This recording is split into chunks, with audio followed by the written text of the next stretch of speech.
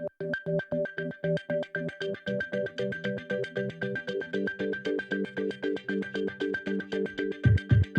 know the rules, we know the law, we know the Constitution, but I think we have no real sense about just what it means, the human cost of having handcuffs touch your flesh. Welcome to New Thinking from the Center for Court Innovation. I'm Matt Watkins. In the first poem in Reginald Dwayne Betts' new collection, every line ends with the words, "after prison." And it's fair to say that Betts is still wrestling with what after prison means. Betts spent close to 9 years in prison, from age 16 to 24. In 1996, Betts was part of a carjacking in a Virginia mall parking lot. He spent much of his time behind bars reading and eventually writing. After prison, he went to college and then Yale Law School. He also published a memoir and 3 books of poetry. The most recent is called Felon.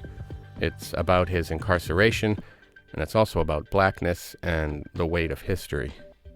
I sat down with Dwayne for what became a really moving encounter. And just a heads up, there's some adult language throughout this one. Reginald Dwayne Betts, I've been reading your stuff nonstop for the last 4 or 5 days, so it's a privilege to have you here. Thank you. Thank you, and thanks for inviting me. Reading 4 or 5 days, that's pretty cool. If you lasted 5 days, that means the book is either decent or it just took you forever because it wasn't decent. Well, I started with the memoir. Okay. A Question of Freedom, and then I moved on to Felon. Okay. You know, poetry is good to read slowly and a few times if you can do it, right? Yeah, man, that's what I tell people. If you read poetry fast, you miss the music, you miss the meaning, and all you get is like a sort of word soup. So, yeah. Yeah, I wanted to actually plunge right into the poetry itself. In the first poem of Felon, you write that it's prison's vastness your eyes reflect after prison. And I was struck, in fact, by the number of mentions of the ocean in the poems throughout Felon. There's references to shipwrecks and castaways and Jonah and the whale and prison corridors as long as the Atlantic. And you also have the mother of a black defendant in court saying, "You can't throw my son in that fucking ocean." Have you thought about why this image of the ocean and prison keeps recurring for you? This is one of the great things about talking to people about my book who are both interested in poetry as literature and poetry as ideas. And poetry is politics, too. Right, because thinking about that, like, it's prison's vastness your eyes reflect after prison. And the vastness is that vastness of the ocean, right? And then it's why do those images keep recurring? It's probably because it's some subtle way in which I'm thinking about prison as a disaster that's akin to, the Middle Passage. And this is, again, man, this is not really to say that prison is like slavery at all. But it is to say that it is something bewildering that happens when you move from freedom to incarceration.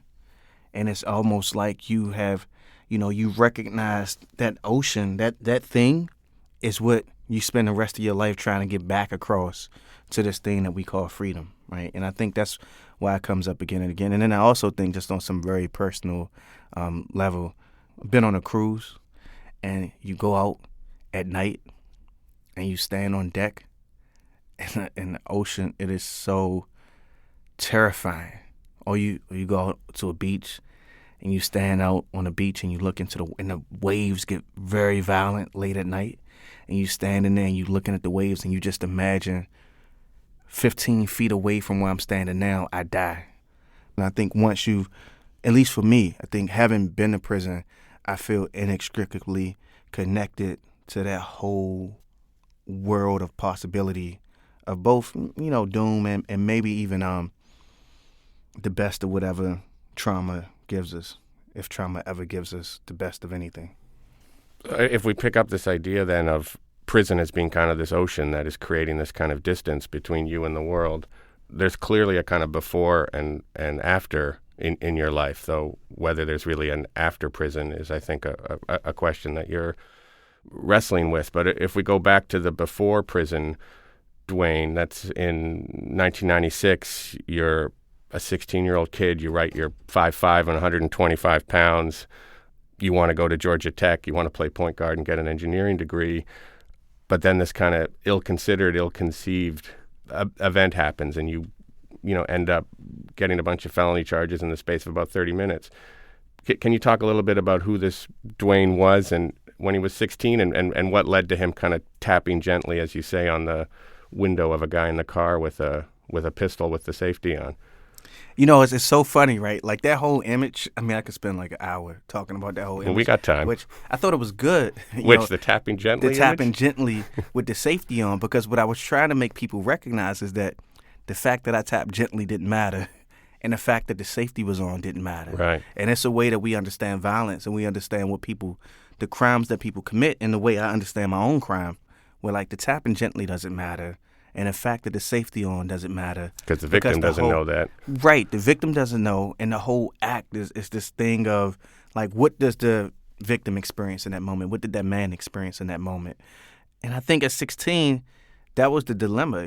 Somehow I thought maybe all 16-year-olds think this, but specifically in that moment, I thought that there were these things that I could do to make what was happening somehow not as bad as what it was. And so at 16, I think, and this has nothing to do with me blaming the guys I was hanging around. This has nothing to do with me blaming my community. This actually doesn't really have anything to do with me blaming the resources that did exist or didn't exist. It's just acknowledging that at 16, there was a world at that moment that might have better had me prepared for whatever I was confronting, and I didn't have access to that. And what I did have access to was like my own absurdities. It was my own imagination or lack thereof that made me believe it was possible to pick up a gun and not ruin my life forever. I don't know. And I was an anomaly. I was like a nerd. You know what I mean? But I could play ball and talk shit. And so I couldn't fight. And maybe not being a fighter is the one thing that saved me, because I had all of these talents, but not that one. And so, going to prison extremely vulnerable, I think it forced me to develop some other skills, and it kind of worked out for me. But I don't know who that 16-year-old kid was. I mean, you do wrestle a fair bit in your writing with your own responsibility for what happened, and we're hearing that right now. But you also talk a lot about history and kind of the weight of history as prophecy and albatross, I think you say at one point. How do you understand your own role in what happened, and then the role of history and the larger context and this racialized system where you go to prison and some of the people you meet have simply adopted the nickname Black? I should say, like writing the memoir, one of the things that wasn't a challenge for me as it might have been for other people is, I decided to be a writer at 16. And I spent my whole time incarcerated really asking myself questions about where I was, why I was there, how did I get there. And I started thinking about history and studying history and reading these books that helped me interrogate what we now call mass incarceration. Before that was a word in common parlance, right? And now how do I think about it? I think it's, I think that it's really difficult to govern. And I think that if I have a criticism at all, I got a bunch, I guess. But the primary criticism that I have is that there were so many actors that were just willing to not be thoughtful about the crimes that we had committed and about the dangerousness of the places that they would send us to.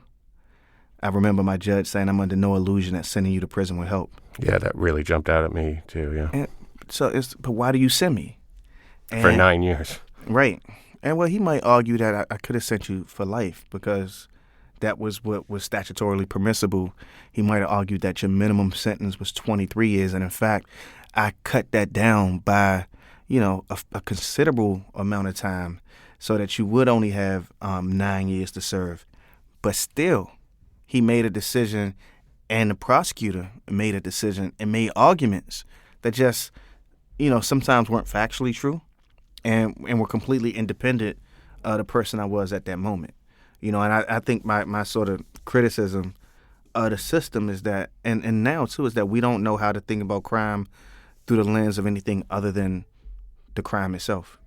And I think that's not really a productive way to think about things. Because if it was, then we would just all agree that if you steal something, you should get your hand chopped off. You know, if that moment is all that matters, then you stole something with your left hand, you should get your hand chopped off, and you will never steal anything with your left hand again. You know, like if you murder somebody, then you should just get executed, and it should happen as quickly as possible, and you will never murder somebody again.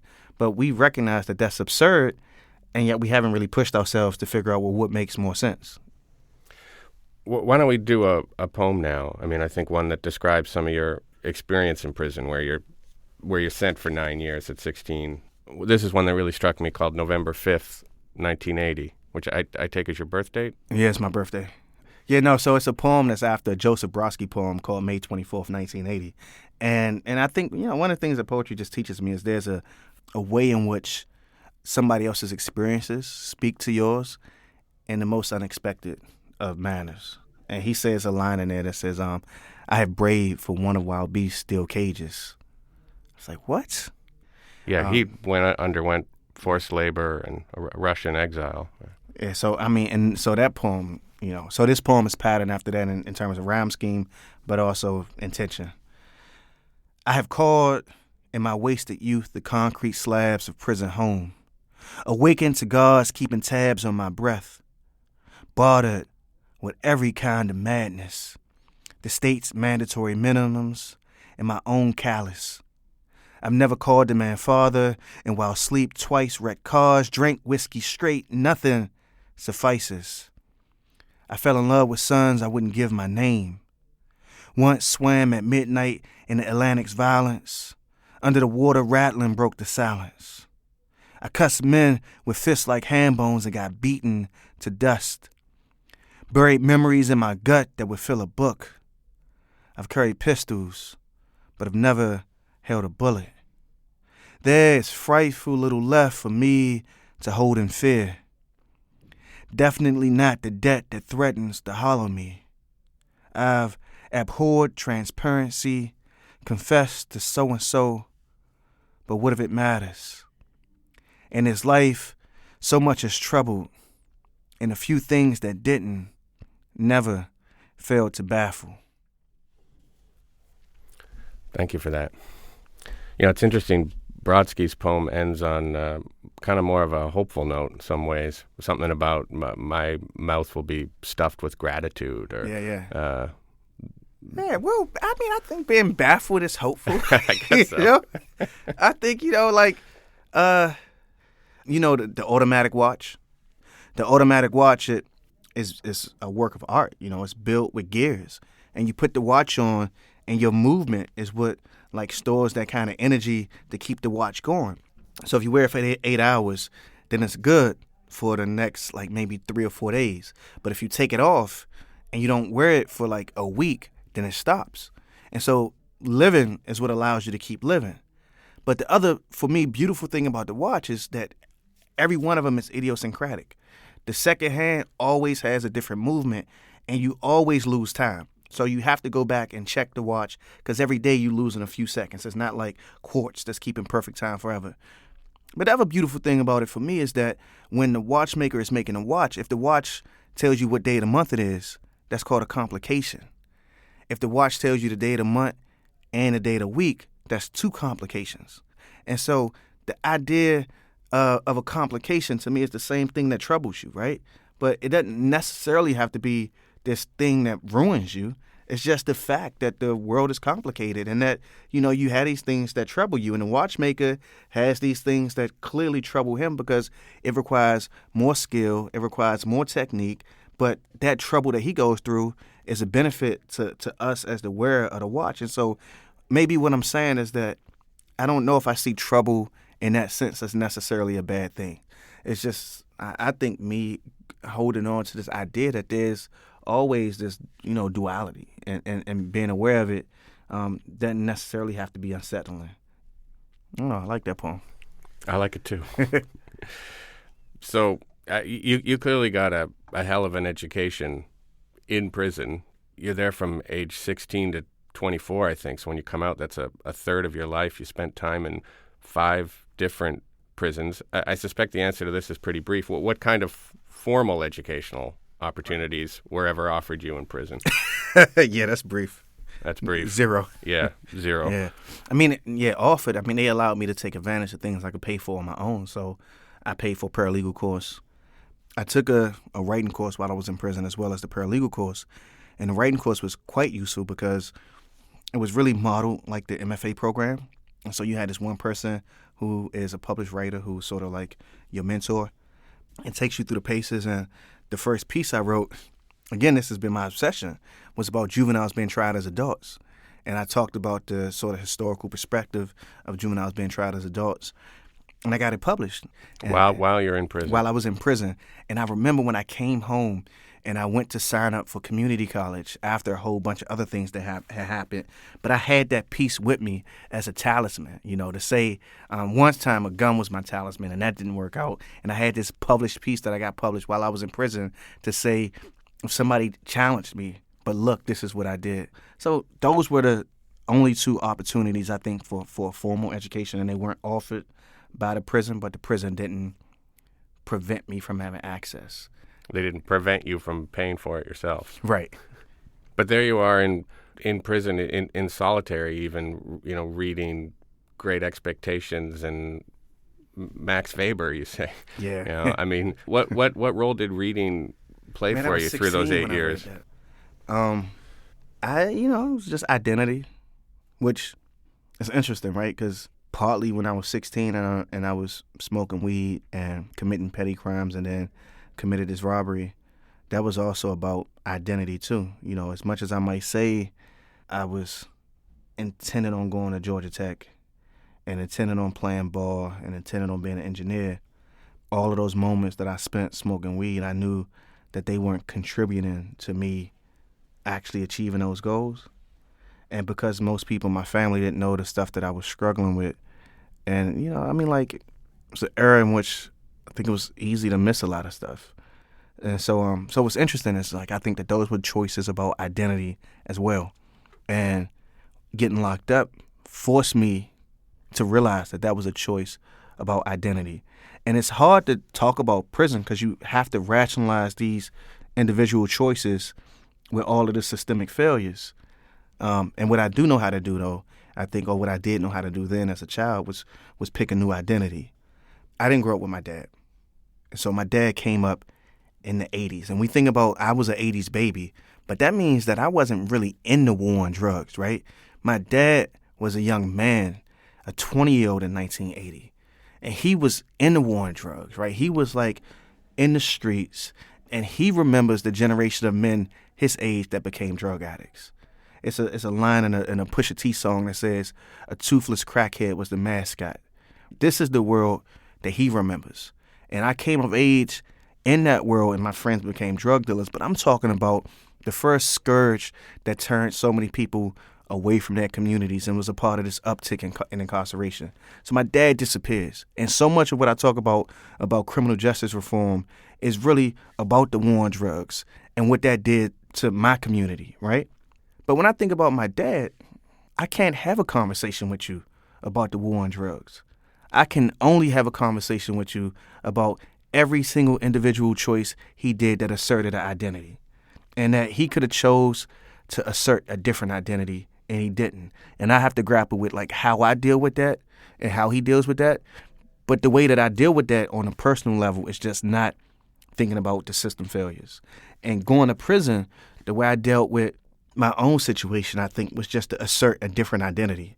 And it became a reader, as if being a reader alone would solve some complicated moral dilemma that had buried me to the point that I thought it was acceptable to pick up a pistol. And in some absurd way it did, just becoming a reader changed so much.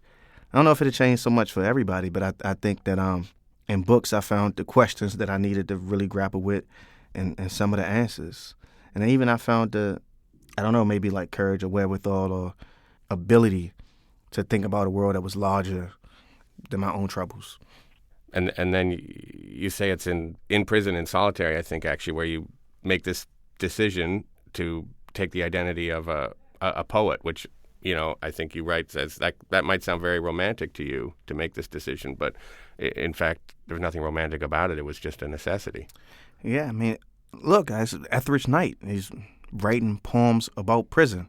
His book is literally titled Poems from Prison. And he's writing about people that I recognize. And in fact, he got this poem called For Freckle-Faced Gerald, which is about a kid that was 16 that went to prison. And this is history. And this is written in the 60s. And all of a sudden, I'm recognizing that a poet could chronicle history. Somebody slipped this anthology of black poets under your door in solitary right now. I mean, I'm romanticizing this. That's so funny because in my head I was thinking that's that's what I said though, and I was like, yeah, that's a really romantic image. I don't know if it was that romantic. I actually think what happened was like, because the sales were parallel, and you could just say, yo, send me a book. And like when I sent somebody books, I would like, even if it's a sale right across from you, you kind of gotta put some oomph behind the book as you slide it, right? Because you want it to go. And the person that gave me the black poets, like they weren't in a cell that was right next to me. So they had to like angle the slide too. And you still don't know who this person is? Nah, they just send me the book. And that's the kind of, so maybe that is romantic. I mean, I think that it's something romantic about that to say that, I don't know, man, I got this book. I don't know who gave it to me. I don't know why the person slid it to me, besides the fact that I asked for a book. And we were in a community in which this is what you did. The library didn't come to us, so you read a book and then you passed it on. And you didn't pass it on and say, I love this book, you should read it. You pass it on and say, you get to make your own decision about this because me and you ain't even friends. But the book now is yours for the time period it takes for you to read it. And the honor code says that once you're done with it, you pass it on to somebody else. And in that way, I don't even know who I gave the black poets to after I finished it. I know that I read it. I copied the poems down longhand because I wanted to carry them with me. And I was like, I'm a poet now. And I passed the book on, and I carried around that like sheaf of handwritten poems for a whole bid, You talk about the secret of survival in prison being learning to do it all alone. Something you had to do start learning as a 16-year-old. I don't know if you still feel that way. And then I also wonder, now you're somebody with a family, and you've been out 15 years or something. I think it's complicated because I think in prison I learned to do it on my own, but yet I learned that it's easier to survive within a community and that you get to pick. And so I used to say, I had this idea that I had to do these things on my own in terms of I couldn't rely on other people for whatever my material needs might have been, and I couldn't really, really rely on people for my emotional needs. I think the only time that you learn to rely on people for your emotional needs is that you have these really intense, open conversations with your cell partner. And when you're in the hole, you frequently have these intense, open conversations with the person that's either in the cell beside you and you talk to on the door, or in my case, you could talk to somebody on the vent. But I think it's this dual notion of like doing it on your own in terms of figuring out how you are the person that you rely on. But also for me, it was sort of thinking about how to become in community with people. And so that was as a librarian, as a tutor, later on as a law clerk, right? It was like choosing the ways in which I wanted to interact with the world, running book clubs in prison that allowed me to kind of be myself and do the things I wanted to do. I'm kind of picking my own thing, both to stay safe, but also to create boundaries in which I wanted to respect and I wanted other folks to respect. And by and large, it kind of worked out. What's interesting about this interview is, I just read your memoir that you wrote about your time in prison, right, which was published 10 years ago. Yeah. I just read it this weekend, and I was totally engrossed by it. And I keep kind of confronting you with things from the memoir that feel to me like they were just written this weekend. And the Dwayne of 10 years hence, every time I confront you with something, kind of grimaces a little bit and goes, yeah, but... So, which is sort of hopeful in a sense that, like, things have moved on for you, Yeah, and I'd like to think, that's interesting, man, because I like to think, one, I like to think I'm a better writer, but also I like to think I'm a better thinker. You're making me return to some of these ideas that I had about my own experience before, and I realize that's what memoir does, memory does. You constantly amending it to try to say something that's truer. But it's wild though, because like my homeboys read the book now in prison, and some of them use it to run reading groups and discussion groups and to think about incarceration. And I was always afraid of what they would think about the book, mainly because I wasn't a keen enough writer to reach out to them and talk to them as I was writing, not just to check the facts and things like that, but just to be like, point, counterpoint. This is how I saw things, but maybe that cell block wasn't even as dangerous to you as I thought it was. And what does that even mean? And so I don't know. So I don't know if the amending of the book and the revising of the book and the rethinking of these things is about me disagreeing with what I said earlier, or if it's just about me trying to work harder and not being the hero of the narrative. Unfortunately, this next question, though, is going to continue to make you the hero of this podcast because you really do have a pretty fascinating trajectory. You get out of prison after being in there for 9 years. You get into higher education. You get into an MFA. And then you're at Yale Law School. And then you've got to get through all the obstacles as someone who's been marked by the system to get admitted to the Connecticut bar, which I think happened, 2 years ago now. Mm-hmm. And people who want to know more about that can read this really great essay that you wrote about it for the New York Times Magazine that I'll put on the page for this episode. But I'm just wondering, are there things that you have learned working as a lawyer, things you've learned about the criminal justice system that you didn't already know? Oh, definitely. But I didn't understand how just the sheer numbers and scope and scale. Just in terms of even in a place like Connecticut, which doesn't have the highest incarceration rate. It's not like New Orleans, it's not like Louisiana, but there's a lot of people locked up in Connecticut. And I didn't understand how so much of the system is about managing failure and about figuring out how to deal with guilt in a world that doesn't want you to deal with guilt in any kind of honest and merciful way. I didn't know that so much of the attorney's job is figuring out how to tell a story about who you are or what happens in a way that keeps you out of prison, and that attorneys are trying to do that without knowing who you are at all. Right? But they still need to craft some kind of narrative. And that is the most depressing part about all of this, is that we spend so much time needing to know who people are without the time or the resources that allow us to know who people actually are. When a judge that sentenced me says, I'm under no illusion that sending you to prison will help, what he's saying is that the little bit I know means that this is a fool's errand that I'm sending you on. But I'm not really willing to interrogate just how profoundly traumatic this thing I'm sending you on may be for the future, knowing that you're going to get out in 9 years. Maybe this decision is so horrendous that it shouldn't be made. So, yes, I think the most profound thing I learned kind of being an attorney or working in the space for a little bit or going to law school was how little we know about how the law just acts on the lives of people, the criminal justice system, really acts on the lives of people who are stuck in it. We know the rules, we know the law, we know the Constitution, but I think we have no real sense about just what it means, the human cost of having handcuffs touch your flesh. I've heard you say that you don't want to be known as the poet who's also a lawyer. You want to be a poet lawyer. Yeah. And you have these 4 poems in Felon that sort of reproduce very dry legal filings from civil rights court. These are filings that are challenging people's incarceration because they couldn't pay bail. And these are poems that you make by sort of selectively redacting the documents in the way that we're familiar from seeing intelligence documents. I was wondering actually if you could read one of those. Yeah. It's called In California.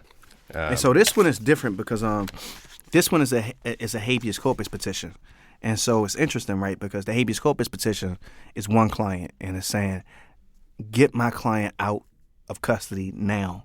Whereas the other 3 deal with lawsuits in which the clients were largely no longer in custody, and the lawsuit was saying that the way I was treated was unconstitutional, and therefore you have to pay me damages.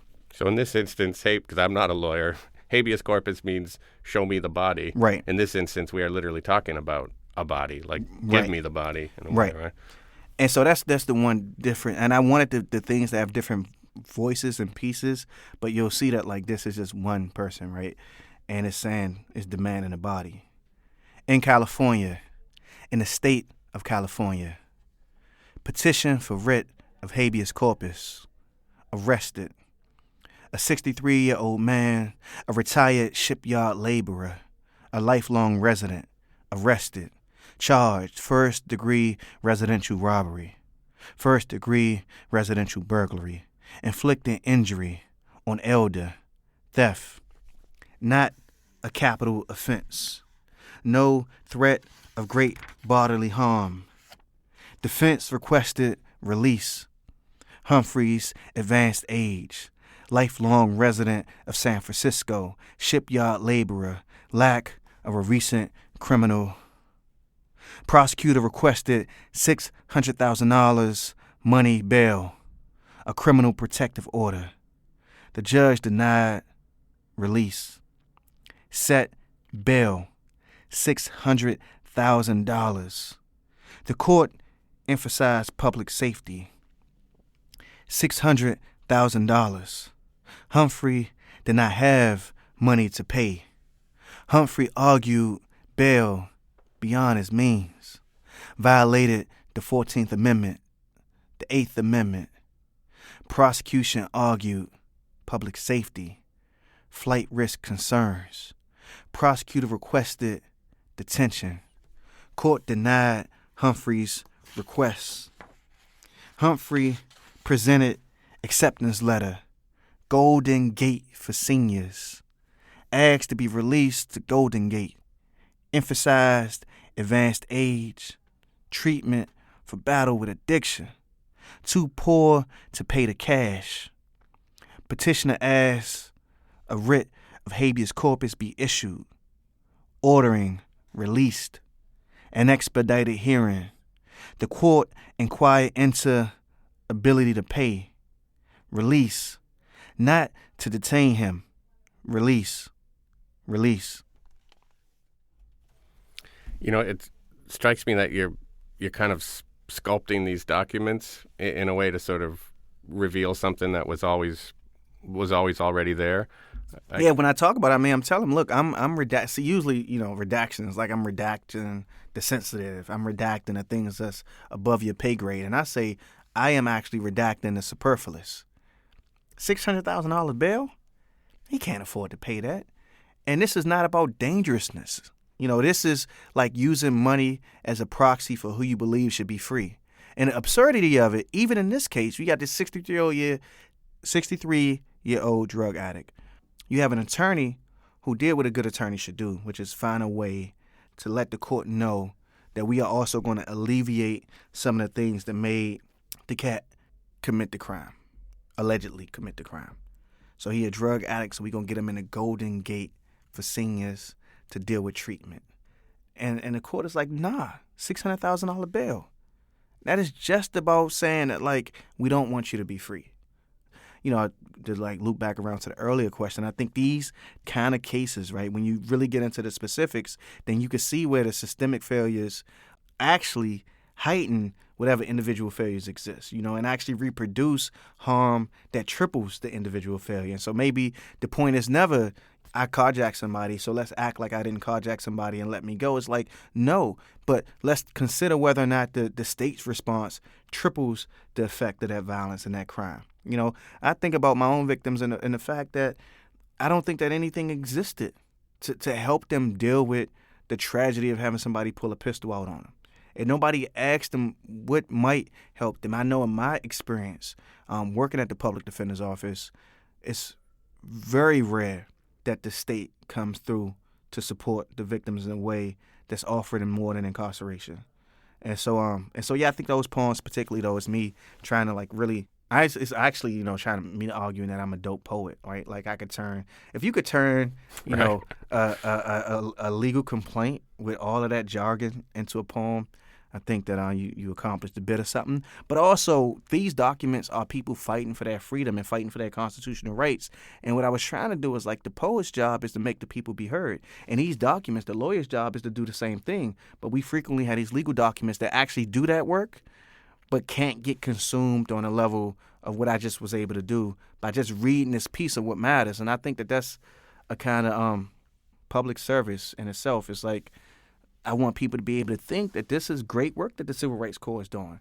And they explain that work well, but explaining it in prose and explaining it in talking points is not the same thing as explaining it in literature, I think, and poetry. So, to end, actually, I'm surprising you with something. I wanted to ask you to read a poem, but actually by a poem by somebody else. Yeah. One that I know is really important to you and that I learned about through your writing. and that's Lucille Clifton. Won't You Celebrate With Me, which you probably don't need the sheet there. You probably got to memorize. But if you could read that, and then we just talk about it briefly. Lucille Clifton, won't you celebrate with me? Won't you celebrate with me what I have shaped into a kind of life? I had no model, born in Babylon, both non-white and woman. What did I see to be except myself? I made it up. Here on this bridge between starshine and clay, my one hand holding tight, my other hand. Come celebrate with me that every day something has tried to kill me and has failed. That's a remarkable poem. Yeah, man, it's actually stunning. I realize it's so much of this stuff that's just like, it's both me and not me, right? Because it's strange, right? It's like, won't you celebrate with me what I have shaped into a kind of a life? And I think about that a lot, right? And I had no model, except to say I had a lot of models, and she was one of them, and Ethridge Knight was one of them. But this thing, though, when I was shaping it, it's this idea of what is a model. And when I was figuring this out, and I first read her poems in that anthology, In the Black Poets. In the Black Poets, yeah. And so, but then it's this thing, right? What did I see to be except myself? And that was this, when I was like, I'm going to be a writer, it was like, I got this 9-year prison sentence. So stupid, man. 16-year-old kid. I get sentenced, and the first thing I think about is, fuck it, what am I going to be when I go home? I'm going to be a writer. This is just absurd. And, yeah, but you did it. I know. That's probably the absurdity of it, too, right? And I made it up, though. So in this poem, now I carried it with me, whole prison sentence. Carried it in my head. I remember when I met her. It was at this poetry workshop. My mom says I don't talk about her on interviews enough, actually. That my mom says I don't talk about my mom enough for interviews. And it's interesting, though. My mom wrote the first poem I ever read. I can't remember the poem, but I know it was like a 4-line poem about what life is for. And so, I say I had no model, but like my mom was a real model in the sense that she was the first poet I knew who didn't say that they were a poet, who had made all kinds of life decisions that didn't lead them to write poetry. So I'm reading these Lucille Clifton poems, and I get out of prison, and I'm at this workshop, and I remember the first time I met her, and the connection between, I think, my mom and Clifton is that, like, Clifton was doing all of these things that I don't even know if my mom wanted to do, but I know that, like, I grew up in a world in which women and men, but men weren't in the world, but in which, like, women couldn't even make these kind of decisions, right? And so I sit on the front row. And as a kid who always sit in the back row, like I literally sat on the front row. And I just got out of prison. I'm like, this is my second summer home. I came home in March. And it's 54 black poets there, right? And we all, like, love her work. It's only me and my man Jamal May. We the only people that's there that don't have a college degree. And me and him carrying around books in our book bag, like talisman, like, maybe people think we're not supposed to be here. So we got a book bag with 7 books on us at all times, right? And I ask her a question, raise my hand, ask a question, and like another question. I asked her like 8 questions. And I didn't know her. I just like loved her work, talked to her. And that was it. It was just like a world in which everybody needed to know their heroes. And I was sort of like, I'm good. And I remember leaving, and we were going to lunch, a little while later. I went back to my room. It was on the college campus, first time like staying on the college campus, And we're going back to the dining hall, and I remember just like weeping, just like breaking down. And I did a whole prison bid, man, and I cried maybe twice. The first time when I found out that I wasn't going home for Christmas, I broke down. And then I remember the second time, and the only other time I cried was I was at Receiving, and I was listening to one of those civil rights joints. And just feeling like I was like a fucking failure, man. And that's one of the reasons, and that's one of the things that we don't talk about when we talk about mass incarceration, right? It's like, this is like some bullshit, like Martin Luther King ain't march for me to carjack somebody. But it was just like something profoundly unsettling about just listening to everything that was going on in the 60s on Martin Luther King Day, listening to it from a cell that just like fucked me up completely, just made me think that like I had ruined like everything. And so those were the only 2 times I cried in prison though. I just like, fuck it. But man, I'm walking to the dining hall that day, and I just like, I couldn't even move, man. I was like some kid who just, was like inconsolable. And I think the beauty of of like her work and of literature and of language, period, is it made me believe something was possible that I had no right to believe was possible. And then meeting her like years later just fucked me up because it was like it's a weird way in which poems can sort of like make a promise to you.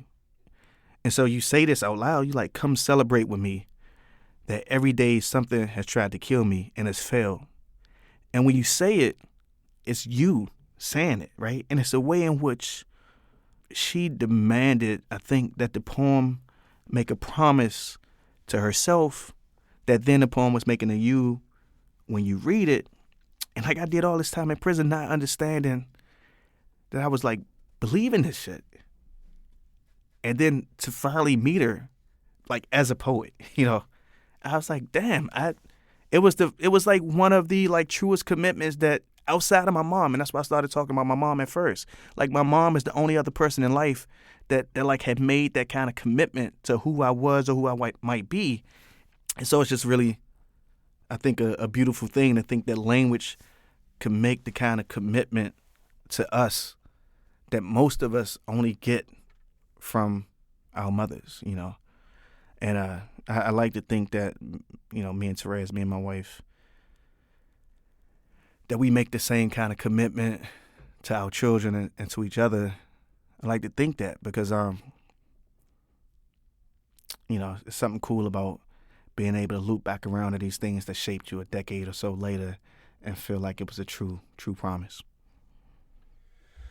Well, Dwayne, I just want to thank you so much, man, for coming in here and for celebrating a little bit together the kind of life that you've shaped, you know, and I want to congratulate you on the writing. And Thank you. I really look forward to seeing what you do next. Thank you. I appreciate it, man. It was fun. Yeah, it was special. So that was my conversation with poet-laureate Reginald Dwayne Betts. His latest collection of poems is called Felon, and his 2009 memoir is A Question of Freedom, and I heartily commend both of those to you. For more information about Dwayne and this episode, click the link in your show notes or visit courtinnovation.org/newthinking. This episode was produced and edited by me. Recording was by the kaleidoscopic Bill Harkins. Samiha Mia is our director of design.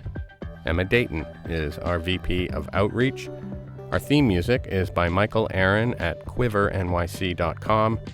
And our show's founder is Rob Wolf. Please consider leaving us a rating and review on Apple Podcasts and share this episode with any folks you think might like it. This has been New Thinking from the Center for Court Innovation. I'm Matt Watkins. Thanks for listening.